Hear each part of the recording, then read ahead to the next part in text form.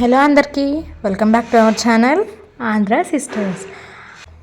ఈరోజు అందరికీ తెలిసిందే, కానీ కొంతమంది బాగా బిగినర్స్కి అయ్యో ఇంకా బాగా రావట్లేదే అనుకునే వాళ్ళకి ఇంకొకసారి వీడియో రూపంలో సింపుల్గా సాఫ్ట్గా చపాతీ ఎలా చేసుకోవాలో ఈరోజు చూద్దాం. ఈరోజు మన వీడియోలో చేసుకున్న చపాతీస్ దగ్గర 2 days వరకు సేమ్ సాఫ్టీగా ఉంటాయన్నమాట.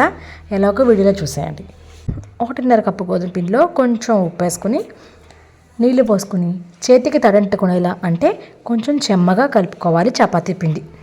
ఇలా కలుపుకున్న పిండిని శుభ్రంగా ఒక 10 నిమిషాల పాటు అటు ఇటు మద్దిచ్చేస్తే చపాతీలు ఫ్లఫీగా సాఫ్ట్గా సూపర్గా వచ్చేస్తాయి అన్నమాట.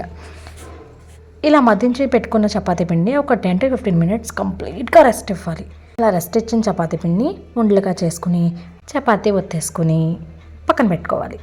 ఈలోగా స్టవ్ ఆన్ చేసి పెనం పెట్టుకుని పెనం ఫుల్గా వేడెక్కిన తర్వాత కొంచెం ఆయిల్ రాసి చపాతీని దాని మీద వేసి అటు ఇటు తిప్పుతూ కావాల్సినంత ఆయిల్ వేసుకుంటూ అటు ఇటు తిప్పుతూ కాల్చుకుంటేనే చపాతీ బబుల్స్ వస్తాయి, సూపర్ సాఫ్ట్గా ఉంటాయి.